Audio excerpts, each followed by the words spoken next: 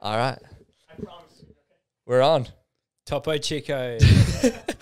Our goal with this this episode is to get sponsored by Topo Chico. Oh, that was beautiful.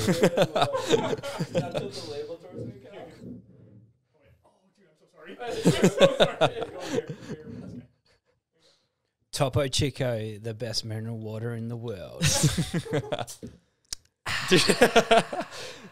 I brought some of these fishing with us. Do you remember that? Yeah. Had you had it before? It's spilt everywhere.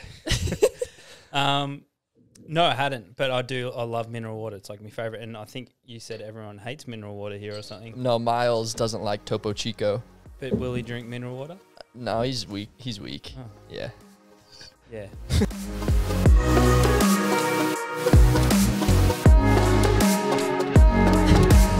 Well, we got Elliot Gray on today. How you going, guys? I'm Elliot Gray from Australia. Yeah, you're the first person with a cool accent on this show. Yeah, I think you guys have cool accents because I feel like mine's just normal. Dude, so where are you from, Elliot, in Australia? Let's give some people some background. I'm from Ocean Grove, Victoria, just about an hour and a half south of Melbourne. Australia. So I'm right near the Great Ocean Road. If you guys surf or anything, you'll probably know Bells Beach, Torquay. I'm about half an hour from there. So everyone thinks Bells Beach is a world-class wave, but it sucks. So. Is that where do you surf at? My local beach is 13th Beach. So we've got some real good kind of A-frame beaches, but you guys probably don't even know what I'm talking about, beaches and stuff like that. You're just like, what's a beachy? It's where the waves are, where the waves break. Yeah. Yeah. Yeah. Well, dude, so nobody knows who you are that's going to watch this, but I think we should kind of give some background. Ben, we can bring that in and get that cleaned up. Yeah. Elliot spilt his Topo Chico everywhere. I didn't spill it. The Topo Chico spilled itself. So, Elliot filmed a documentary that changed Jake, Miles, and I's life. And it's called Live Passionately. It's on YouTube. And I think that's a good place to start. Yeah, well, we can start there. So yeah, that's funny that, these boys were really affected by it because when we were doing it, it was just pretty much what we did. And, so I was an ambassador for a friend's surf brand that was called Monster Surf. And he had like a foundation. It was called like the Monster Foundation. And that's pretty much the main reason why he wanted to start this surf brand. So then his like profits and stuff could go to helping people in Africa. So he set up like this foundation and went to Africa and with this like local village in Kenya I think it was Kenya or Uganda or something. They built like fish farms and stuff, kind of like a renewable way of being able to help people out. So then they could, I don't know if it was a business or something for them to be able to like provide for the community as well. So instead of just giving them money, there was an actual source that was needed. So, that's pretty much Cam's heart. And so we did a lot of surf trips and everything when we were part of Monster Surf, and he wanted to share his heart behind, the whole Monster story and everything. And, so we decided to do a trip to the Philippines. And, I was like one of his best mates. We lived in a house together and stuff in Ocean Grove, and he came up with this idea to kind of go overseas but like help people at the same time. So that's it's like a surf mission trip. Pretty much. The thing is, like, not everyone in the actual like team, because it was pretty much just all team riders who went on this trip, but it was like half, like half Christian, half not. Yeah. So there was like a little bit of tension between like some of the guys and everything like that. But it just really, I think after the whole experience of, Live Passionately, you saw the change in everyone's lives. And because most crew just normally go on a surf trip just to get waves. But in this trip, we went to kind of give back. Yeah. And it was just kind of life-changing for majority of the people. So. What are some things you guys did? Yeah, so we went to the Philippines, and it was there was a typhoon there. The movies. I don't even know how old the movie is now. Did that just? Yeah, keep it a little closer to Yeah, you. sorry. Yeah. So, yeah, it was probably filmed like 3 or 4 years ago. Yeah. I think. And there was a typhoon there that was like a category. It was a super typhoon, and In the Philippines. Yeah, in the Philippines, and it hit the area that we were going to. But we were there literally 2 years after. It had hit. And it's still just And crazy. Yeah, it was smoked. It like fully brought me to tears. Like I was kind of like filming the documentary, and like because I was pretty much one of the main filmers, me and another mate, and then I got to be interviewed and filmed as well because I was part of the team. They wanted me in it, and I was like, dude, someone really needs to get emotional about this because this is full on. Like, Yeah. And then like when they were interviewing me, I just started like crying, bawling, and I like didn't. It was just like to see like the devastation and it, how easy we fix things in the West, and like there's a disaster and then within a few months or like the place is cleaned up and people are already rebuilding, but like over there it's completely different. Like no one can rebuild because they've just got no resources kind of thing. So Yeah. There was villages that didn't even have clean water still. that pretty much. But that was an issue long before that as well. Yeah. And I think so we went over there and we did like water filtration projects and stuff, and we kind of just went to the local doctors and the nurses and stuff and just asked them if where's the biggest need for like clean water, because we bought a lot of water filtration systems, little filters and stuff, and we bought the buckets and that over there. And then so we went to the local hospital, and just in this little town, and no one had ever seen they never saw white people before, so everyone was just so excited to see us walking down the street. And we had a Filipino guide who was with us, and like he translated everything so we could actually speak to the locals and ask them where the need was and stuff. And it was this little island that was kind of, I think it would have been about a 15-minute drive, and then it was a boat ride across to this island.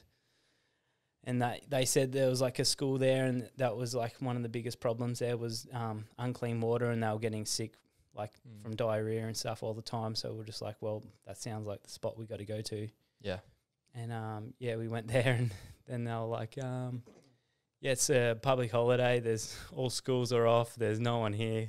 We're just like, well, we may as well go. But we actually got there, and the primary school was still running, and they were like the ones who really needed it. And we just went in there, not really organising anything with the principal, but they were like the teachers and everything are like, yeah, we need this. So we just went in and hung out with the kids and set up this water filtration for them. And now they've got clean water. So do you guys still keep in contact with any of those people over there? I'm not sure if Cam does. Because he's definitely had a lot on his mind. I think we've all had a lot on our mind, but that's like one of the big things is to make sure that they're still doing the kind of the thing to keep staying healthy and stuff like that with the clean water. So I remember I was playing baseball at University of Portland at the time, and Jake Miles and I we were at my house in the hot tub, and we came up with this idea of this mission to fund mission trips for youth and young adults. And I came across this video, this Live Passionately. I was in the airport. We were traveling every single week, and so I'd just be in the airport watching surf videos, and Live Passionately came up, and I watched the whole thing in the airport, and I sent it to Jake and Miles. I was like, fellas, we have to do this mission. It's time. And so we prayed that the Lord would give us confirmation that we were supposed to do this. Yeah. And probably, I can't remember, a few days later or a week later, something like that, we got a call from one of my mentors who was living in Redding, California, going to Bethel. And he goes, hey man, the Lord told me this morning to give you our VW bus. And we just took it as confirmation from the Lord. So I drove to Redding, California, picked up the VW bus, whose name's Gus now. and he's the Gus bus. You Gus for real? bus, yeah. My friends at home have a bus called the Gus bus, Yeah. and I think it's called Gus bus because his son's called Gus. Yeah, so Gus Bus, and he's the logo of this mission. Like, we branded Gus on this mission, but that was a huge thing. But then Live Passionately just changed everything for us. Like, we had such a vision to go places, not only go on like a super fun trip, but also change the world while we're doing it. And I feel like you kind of hit it on the head, where on a mission trip, like, lives can be changed while you're there, but for the people that are on the mission trip itself, it just like changes everything for them. And you went to YWAM, didn't you? Yeah. Yeah. And do you feel the same thing, that it's almost as much for the people that are on the trip? Yeah. So there's a lot of times, because our church does mission trips and stuff to Africa and stuff, and everyone's like, before they go, they're like all like amped. Yeah, we're gonna like save these kids and we're gonna help them out. And then they get there and they realize that, you know, these kids are stoked on life and they're so happy, and then I think people realize that going on these trips is actually for them to change their life. Yeah. So that's kind of how I see it. Anyway, Yeah. like it's hard for us to go over there and make a difference, because if you want to make a difference, you have to be there for like 20 years, 40 years. Yeah.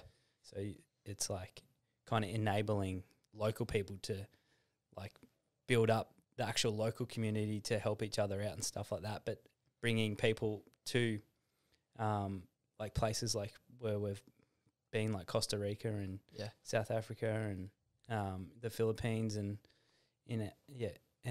Kenya and Uganda and stuff, and where our church is in Malawi, it's just life changing for like people. Yeah.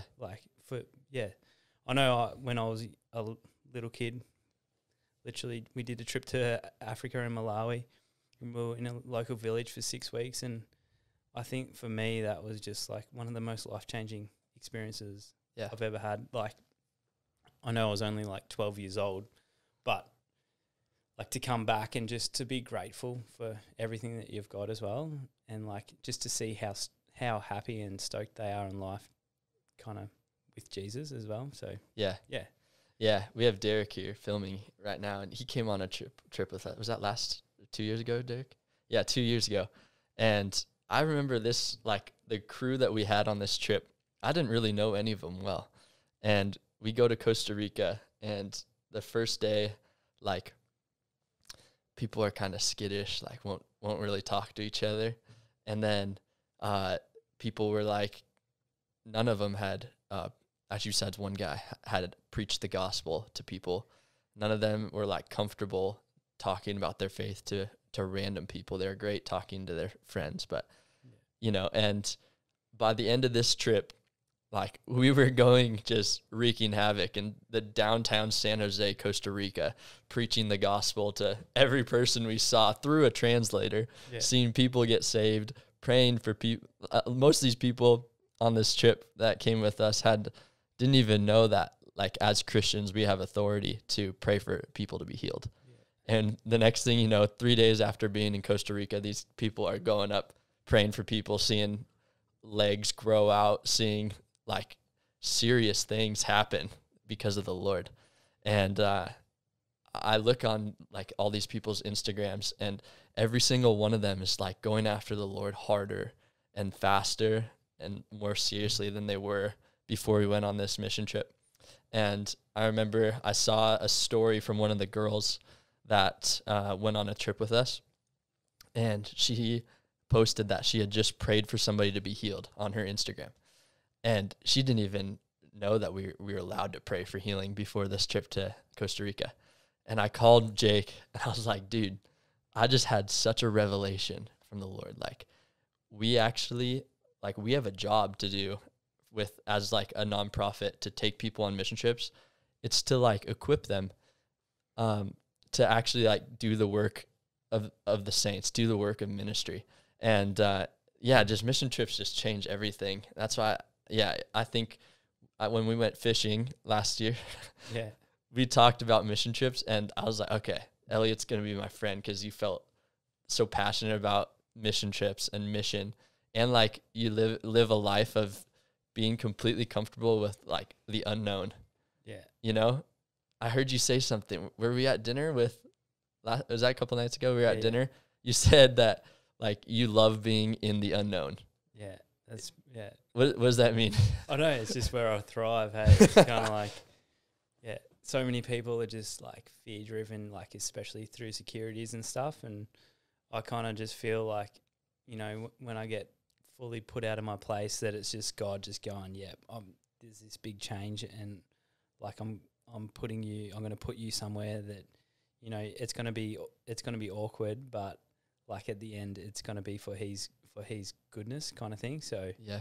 It gets me excited when I'm just put in like something that I don't know what's going to happen kind of thing. Yeah. And so I'm just praying that for my girlfriend as well. Nah, she's getting that. It's good. Yeah. Yeah. By the time she listens to this, you guys will be engaged. I think so. Hopefully. Yeah, nah. If she says no, but we should be engaged by, I don't know, when's this coming out? Probably like 3 weeks. Yeah, we'll be engaged by then. Yeah, come on. Yeah. And then maybe to Australia, huh? Yep. We'll see. We'll see what her dad says. Oh, so good. Yeah. Yeah, and then so talk about some you film documentaries. Yeah. I remember I bought it on Amazon. A documentary that you filmed with 2 little Groms. 3 or 4, yeah. 3 little surfer guys from all over. Yeah. And you're talking about when we were fishing, how that video like changed your life. Oh yeah. Being a mentor and what it meant. Yeah. Yeah. Yeah. So there was another documentary that we did. It's called Time Well Spent. It's about four young kids who have had like really tough backgrounds. So when they were growing up, there was a kid from Peru, Jefferson, and he like lived on the streets, kind of got kicked out of his house, went to try and find his mum because he was getting beaten by his dad at his house. So he jumped on a train to go to where he thought she was, and he ended up catching the wrong train and ending up in Lima, and just lived in this little playground with all the other kind of street kids in Lima. Yeah. And he got taken in by a children's home. That was like 6 months or a year after he was living on the streets. And then there was Declan. He's from Australia. He like lives down the road from me. How'd you get to know him? I think How'd you get to know all these kids? Oh, it's kind of just like, just God just put it into place pretty much. Like James, the director of the documentary, his wife's sister worked at a children's home in Indonesia, and so that's how we got to know the Indonesian kid, Henry. I knew Declan, and I knew that he had a gnarly story about his dad like committing suicide when he was a little kid, and his dad was like his best friend, and just kind of ruined him when he was a little kid. And then James and Catherine were living in Hawaii, and a person was kind of helping us out with the whole doco to help like get funding and stuff through their platform. Told us about Cross. He was a Hawaiian kid, but he kind of grew up homeless. Like his parents would couch surf all the time, and then he just grew up couch surfing, and that was kind of his story. So there was just completely different stories, but like it was because Declan, there were 2 of them were like Christian kids, but like the aim of the doco was to like, you know, share Christ with him and stuff, and and like we were like, if nothing happens with the documentary, who cares? Like it was life changing for the kids, like just to see them grow, like from when we first met them till after the trip. Like they wouldn't even say a word at the start, and then by the end they were just like so comfortable talking in front of like anyone, or even in front of a camera, or stuff like that. So it's just to see like all those like things just falling off them and just being kind of free. And 100% it was like just kind of cross through us, I think that they got to be so comfortable and be able to share, you know, the hardest things that's ever happened through their life in this doco as well. Wow. But yeah, so it was life changing for me, that's for sure. And that's where I was just like, I want to I want to share stories. I want to film films and be part of documentaries where like the stories need to be told kind of thing. Yeah. So like that people get like hope and, you know, an understanding of Christ pretty much. Yeah. Yeah. Because it's such a powerful like platform. Yeah. Like media and like filming and documentaries and stuff. Where'd you guys take those kids? So yeah, we filmed each kid in their home country because none of them had left the country. So Declan's never left Australia. Cross had never left Indonesia. I mean, Cross had never left Hawaii. Jefferson never left Peru, and Henry never left Indonesia. So we're just like, let's take him on a surf trip. Yeah. So we raised enough money to get him over, and we took him to Panama. So we had a surf trip in Bocas del Toro. I think that was what it's called. Yeah, and so Henry couldn't get there because of he had to go through, like transit through the US, and the US denied his visa, like his transiting visa. So that kind of sucked. So we did a separate trip for him, and we took him to the Philippines because I think that was the first time. Yeah, that was the first time I went to the Philippines. Yeah, So we took him to the Philippines and did a real similar thing that we did with Live Passionately, but with these boys. Yeah. So in Panama, we helped build a house for a family in need over there, like, and it was sick because Cross, like, he's been homeless like his whole life, and this family like lived in a little, like had a little tarp and then a dirt floor, and they literally slept on the ground. Yeah. Like there was no walls. Their house was just a tarp. So it was kind of like Cross. It was just so powerful for Cross to be able to like hand those keys over to like their new house, and like just to see like everyone just, mate, it was like a full tear session going on. Yeah. I always thought I was a hard person, but my heart's definitely soft now. Yeah, and so we did water filtration projects and stuff kind of everywhere that we went as well, just to give fresh water to communities that really needed it as well. Yeah.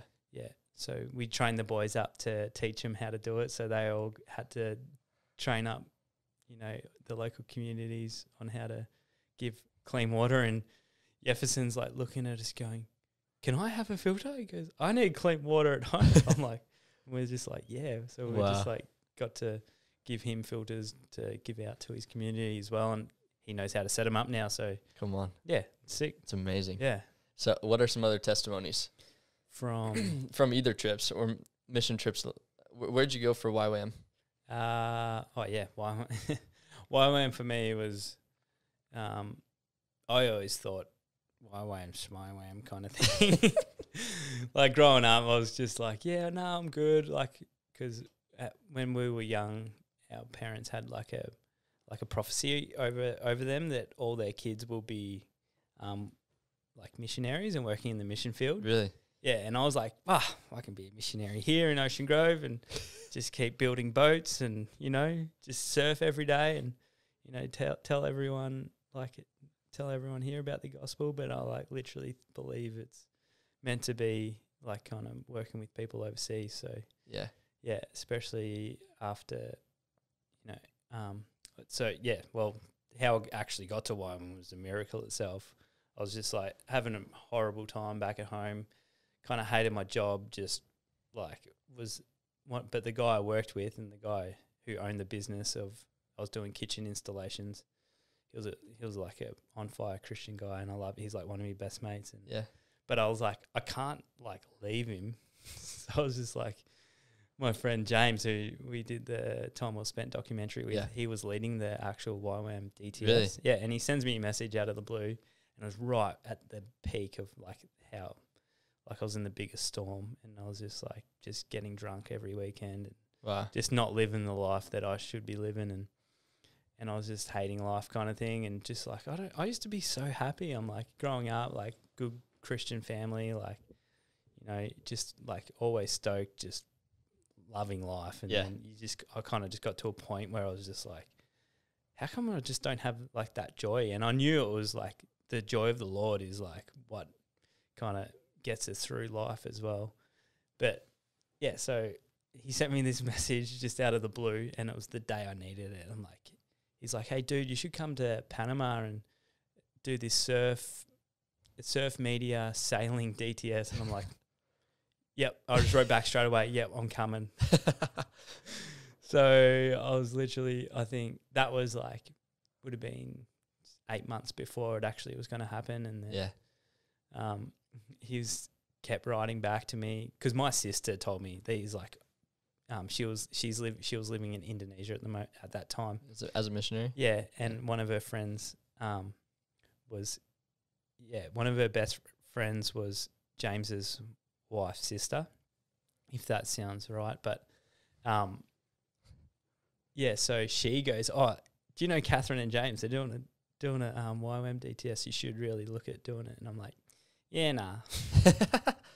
But it's funny how God gets you, like when you're at rock bottom, and it's just, and I was just like, yeah, this is the best excuse to quit my job. So that was like my main feeling of going into it, and it was a good reason to do it. So like because I'm just so stoked, because I was rocked so hard. Like, what happened? Just because I was like, yeah, no, I'm good. Like, I'm a good Christian guy. Like, I'm sweet. And God just rocked me. Like, he tore me apart. Like, every little thing that had been happening in my life, it was just like, wow, God's so much bigger than we actually think. Because, you know, sometimes when you're growing up, you kind of get complacent and you just take everything for granted. Yeah. And, and I think I just really realised that God's so much more powerful than how we see him kind of growing up. Because sometimes it's just, this is how I feel, like, I don't know, like growing up, there's more of like a fear of God, and that's why you want to be Christian, because like if you die, you're going to go to heaven. Right. And you're like, if you don't follow God, you're going to go to hell kind of thing. Yeah. And it's kind of... That's the extent of it. Yeah. Yeah. And it's kind of like a little scare tactic, but having a relationship with God is like, that's what it's all about. And that's where the real sense of, you know, who he is and who you are, because that's where you find your identity. And when you find your identity in Christ, it changes everything. Yeah. That's where like the unknown for me, because I've got my identities in Christ, it's just like, you can't lose. You can't. You seriously can't. Yeah. Like, it doesn't matter. Like, if you don't have money, doesn't matter. Yeah. If you don't have a job, doesn't matter. If you don't know what's next, doesn't matter. It's all gonna just, doors will open up, and like the next chapter will just go, and it was just like, oh, thanks God. Yeah. So if you trust in him and you have your identity in him, doors are just gonna open up, and he'll just go, yep, this is where you're going. He'll literally every time he just grabs it. It's like, oh, that's what you want me to do, kind of thing. Yeah, so that's what literally, since my DTS, life has just been epic. Yeah. Yeah. That's amazing. Like all these little doors, like just opening up. Yeah. Yeah. So what, for people that feel, or maybe we're in that like same spot that you were in before your DTS. Yeah. Where do they go from there? Like, I think obviously if somebody meets you, they immediately see the joy and the freedom that you carry. Yeah. How do people like receive that, especially if they're in that same boat that you were, getting drunk all the time and just maybe feeling like, yeah, I know Jesus, I gave my life to him, and that's the extent of it. Yeah. Because it's kind of hard at the moment to be able to do anything, but like even going to, like, if you're in the States, I would fully recommend going to the thing that you did at Bethel. BSSM. Yeah. Yeah. Like, if you want to be rocked, like, yeah, you would go there. Yeah. Yeah. Like, I remember the first time I went there and I was just like, You've been to Bethel. yeah. Yeah. Because my brother he's done the Yeah. year 1 and year 2. So he lives in Reading at the moment, him and his wife and his little daughter. But yeah, so I went there just going far out. This first session I went to, I was like, this is so weird. Because it was so different. I'm like, you're just not used to it. But like, if you open yourself up to like what God's got for you, it's not weird. It's like, it's real kind of thing. Yeah. And like, I remember just, I was so tired that one day that we went but Bill Johnson was like preaching and I was just like, I was kind of asleep during worship, which is normally where I'm just frothing. But Bill Johnson started like preaching just about prayer and I was just like, I couldn't, like, everything was just going in and in and in. And I was just like, wow, this guy's next level. Yeah, this guy's literally next level. And yeah, well, yeah. So yeah, if you're at that stage of where you know Christ, but you feel like your identity, because your identity has to be in Christ if you want to live a life that's actually, you know, full of joy and happiness, I think, and like, yeah, from where I was, it's kind of sitting on a fence. It's hard to sit on a fence, like, because you look at it in a way as like, what am I kind of am I representing Christ to like my friends and stuff the way I'm doing this? And you're not. Everyone just goes, oh, you can do whatever you want if you're a Christian. Yeah. And but like, when you have that conviction of like, you know, Christ is everything and you have that relationship with him, then you just you're not even going to want to worry about getting drunk or partying with your friends, but you can still definitely hang out with your mates and stuff, but like sharing Christ through who you are, because everyone can see a difference in who you are, and that's free. I think that's one of the best ways. Yeah. I remember I was in college. I had never taken a sip of alcohol. Yeah. And somebody was like, dude, it must be so boring being a Christian. You don't get to drink. You don't get to have sex. Like, he starts naming all this stuff. And I was like, I didn't know what to say. I was like, I remember I just told him like, oh no, dude, being a Christian's awesome. But I go home and I was laying in bed and I was like thinking of all the things since I've been a Christian that's happened that like is far greater than getting drunk. Yeah. You know? Get drunk off the Holy Spirit, anyway. Yeah, get drunk in the Holy Ghost. It's like, but you have times that only happen because you're following Jesus. Yeah. You know, you go to places that are the only reason you're there is because you're following Jesus. Yeah. And I like look back on my life and everything with this mission. I mean, man, I remember I was telling you a little bit about it, but right before we left on our trip, living in the school bus for like 3 months, we had $250 in our account. Yeah. And we were supposed to go on a trip for 3 straight months, living in this school bus. So I have to pay for gas. After we filled up gas, we spent our bus gets 8 miles to the gallon, has a 100-gallon tank, and it was like $2.85. So we spent $285 on diesel, and we look at our account, we had $250 left. And in like, what was it, Derek? In like a week, we were supposed to have that first event. Yeah, in a week, we were supposed to have our first event, and we were supposed to buy all the stuff. And we legit didn't have any money. And I remember our first event, we go there, and we barely put this thing together. And somebody comes up with a $5,000 check, gives it to us. We look at this thing, and we're like, what the heck? And then after the first church service is over, people just start flooding out, and we have a line of like 60 people to buy shirts and sweatshirts from us. And we ended up bringing in like well over $15,000 in the after our first event. And like, we were just looking at our bank account from one day to the next, and then it just set us up for the whole trip. And that's just like the Lord. There's no other explanation for it. You guys just stepped out in faith and Yeah. like, yeah.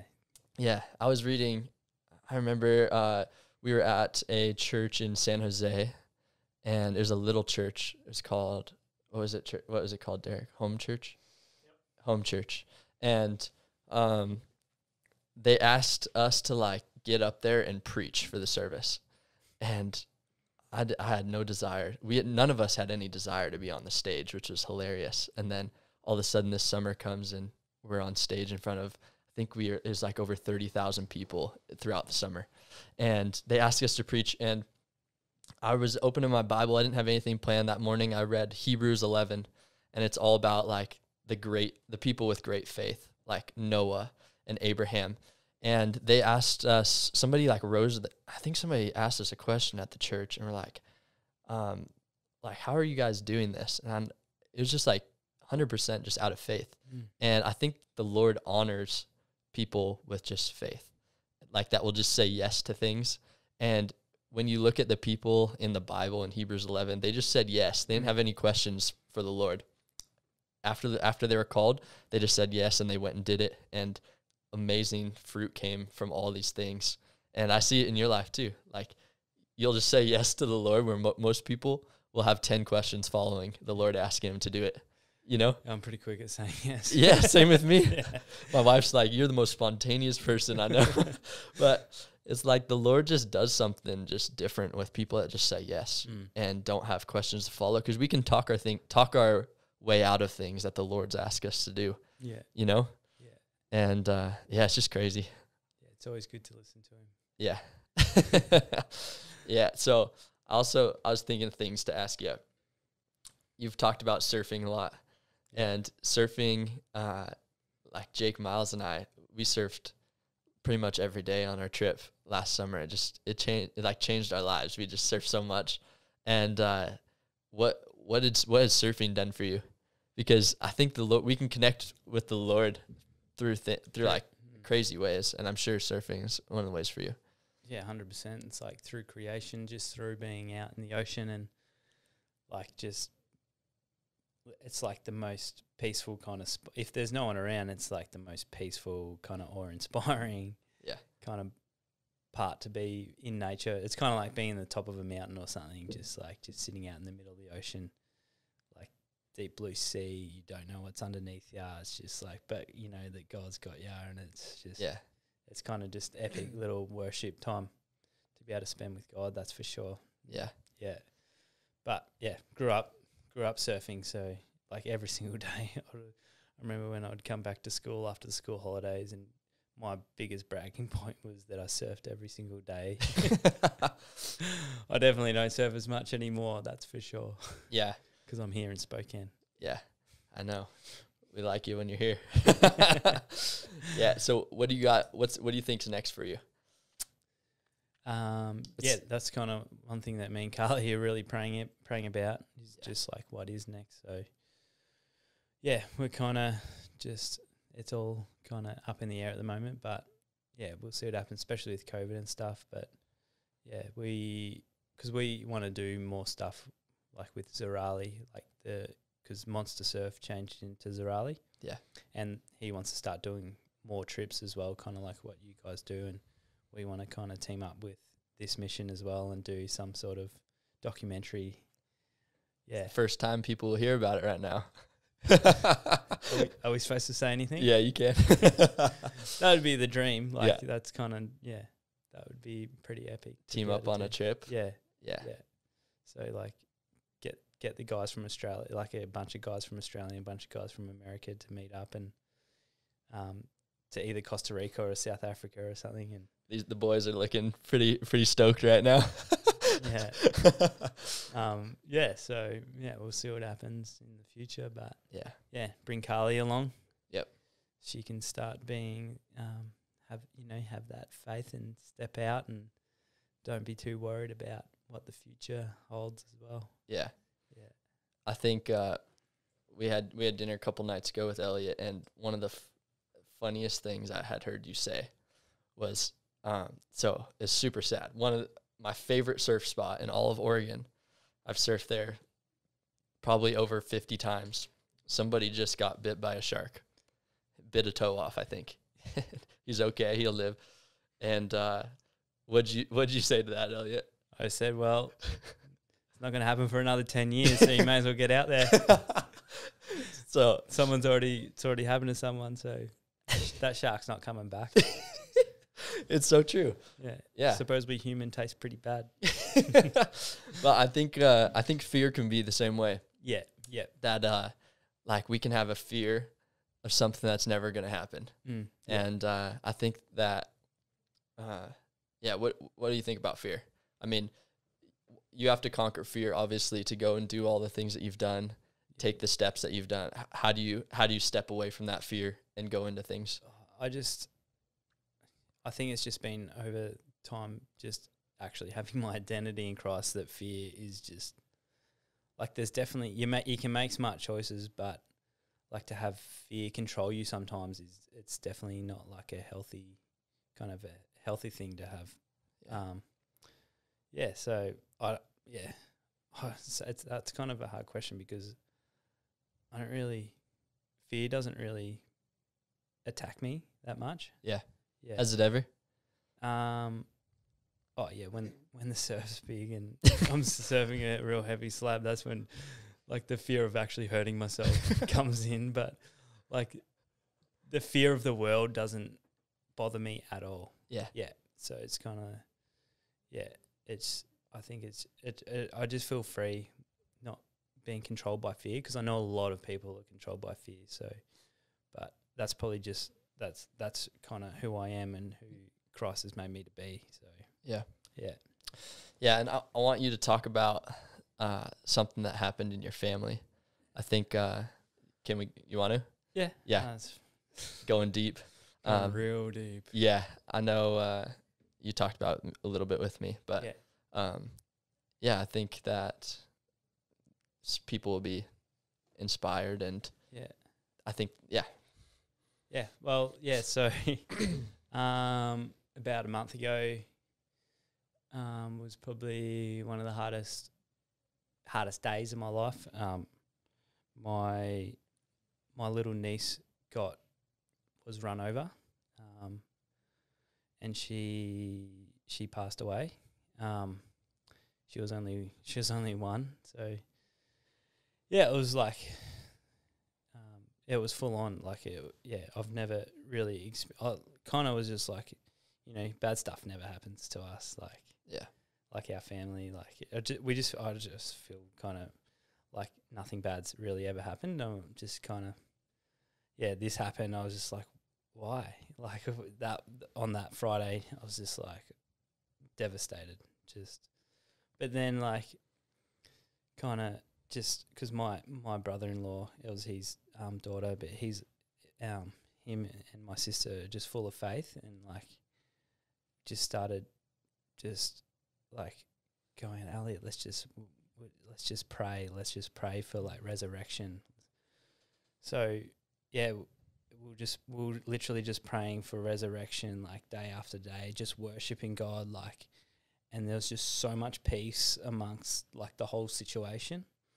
And you had a lot of people praying with you guys, right? Oh yeah, we had people all over the world, people at Bethel, people in Indonesia, people in Africa, just like everyone just gathering and praying. And like we had Zoom calls from like full group Zoom like times, and they were like some of the most like faith building times I've ever experienced. And like a lot of people would be like, oh, I'm so sorry like for your loss, and like I know Haver's with the Lord and like right now, but like just to tell him like through that time, it should have been like the hardest time of your life, but like the peace of God was just so overwhelming that all we could do was like have faith.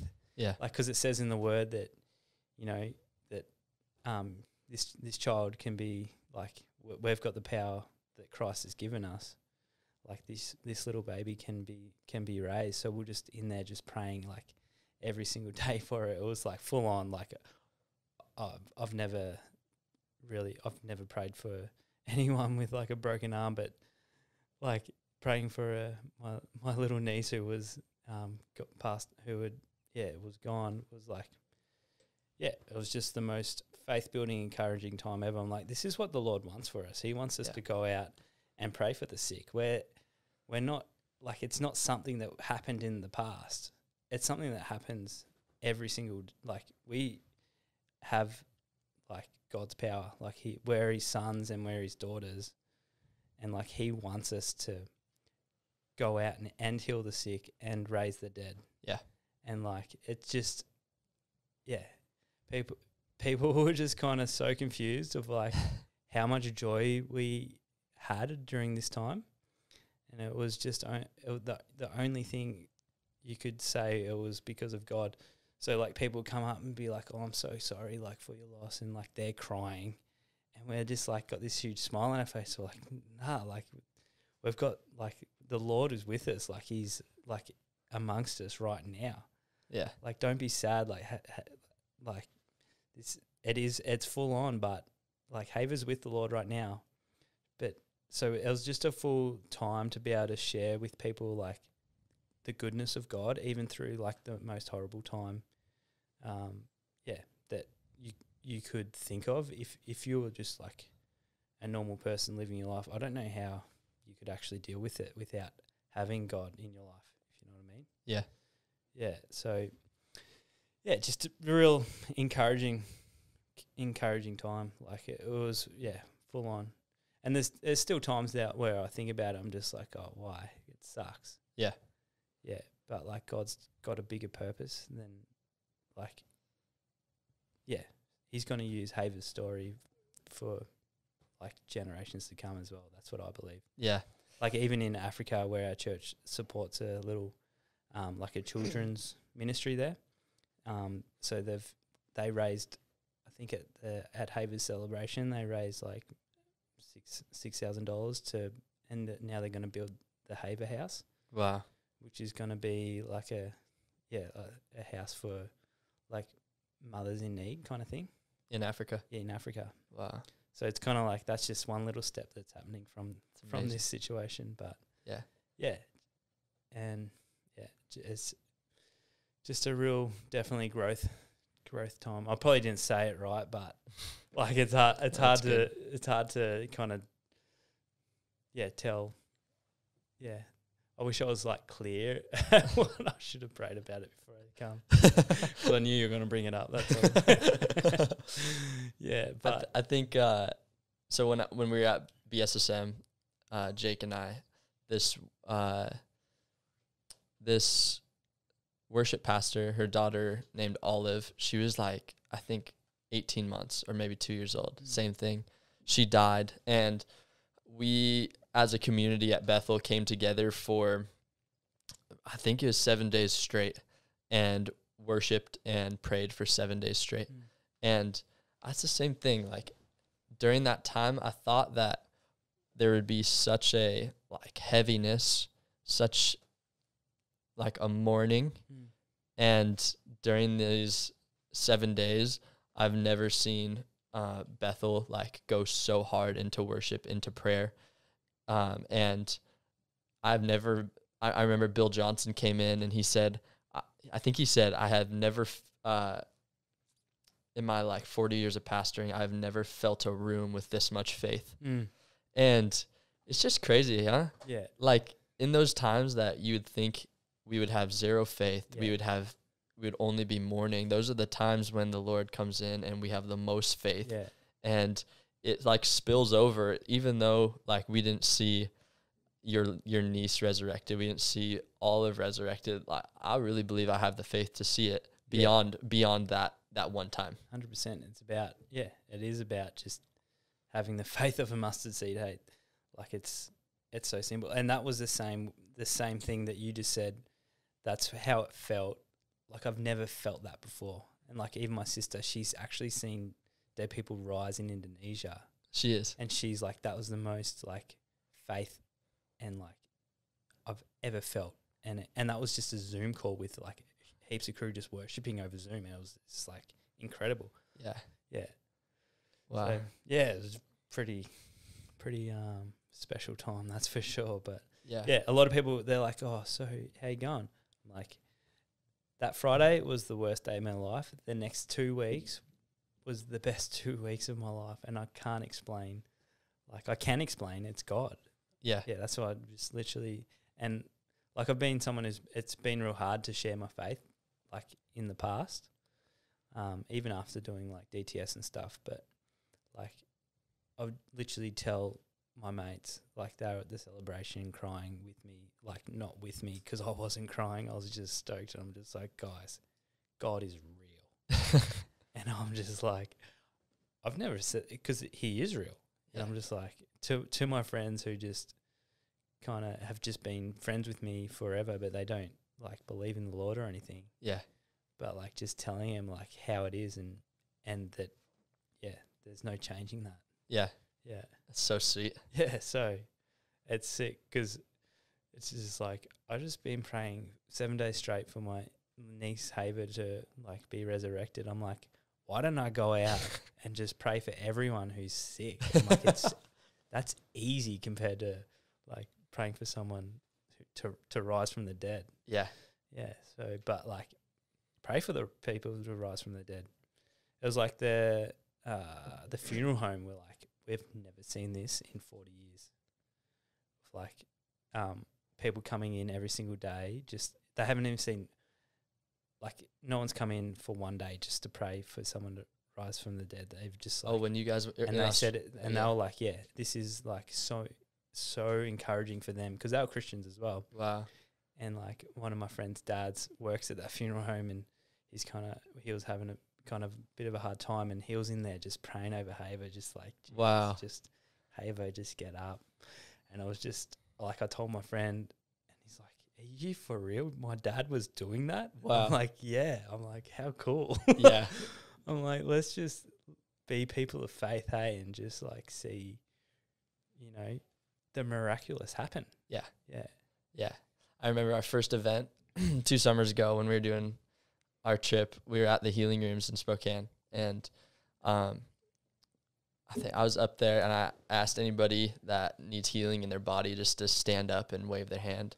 And like 30 people stand up. And so everybody gets around, lays hands on them, starts praying for them. And this man in the back stood up from his wheelchair, just stands up, like somebody has both hands on him, and he just stands up. And I saw it, but I didn't really know the context. I just saw him stand up. And after somebody came to me, running to me, and they were like, Cal, did you hear? And I said, did I hear what? And she goes, there was a man in the back that hadn't walked in over a year that stood up from his wheelchair when we prayed for him. That's so sick. And I just love it because there's no denying. There's no denying what happened. Yeah. So many people saw it. And yeah, I feel like just healing is so for today. And yeah, I just feel like somebody needed to hear that. That's going to listen to this. I think the Western world, the Western society needs it. The Western Christians need it. Yeah. Like it, to experience that faith as well. Like it happens now. Yeah. It doesn't just happen in Africa. It doesn't happen in Indonesia. It happens in America. It happens in Australia. Yeah. And like, yeah, just to encourage all Christians out there just to have faith. Yeah. Yeah. Like it's what God wants us to do. Right. And it's going to bring, and imagine the testimonies that it will bring out and the people that will come to know the Lord through it as well is just, that's even better. Yeah. Yeah. Yeah. I remember people always ask, like, so what's going to happen if I ask somebody and they say, like, no, don't pray for me. And that's like really that's the worst that can happen. That's all that can happen, isn't it? But majority of the people say, yeah. Even non-Christians. Yeah. Yeah. 100%. They're just like, yeah. Yeah. But it just shows that they want healing in their life as well. Yeah. Like non-Christians, if they're opening up, they're searching. Yeah. Such a wave of evangelism too. Somebody gets prayed for, even if they don't get healed. I've seen people give their lives to Jesus, just praying for them. Yeah. They don't feel a darn thing, but all of a sudden they're like, okay, I want to follow what you're following. Yeah. They see like the joy that you walk in, the freedom that you walk in, and they want it. Yeah, the love of God just overflows. Yeah. That's sick. Yeah. Yeah. Well, you got anything else you want to talk about?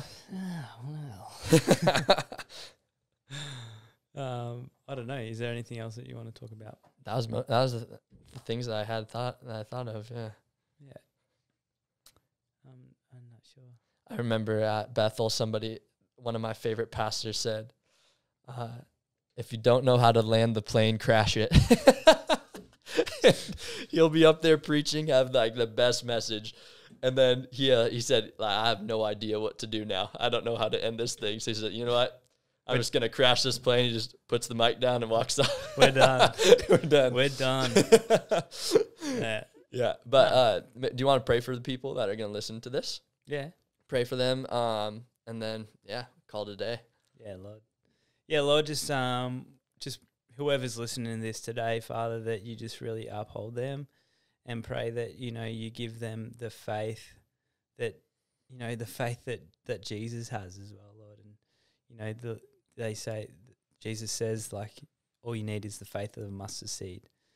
And, Lord, just really just pray for everyone out there who's really listening to this, and, that they get to feel the joy of the Lord. They get to feel the faith that it is to be a believer of you, Father.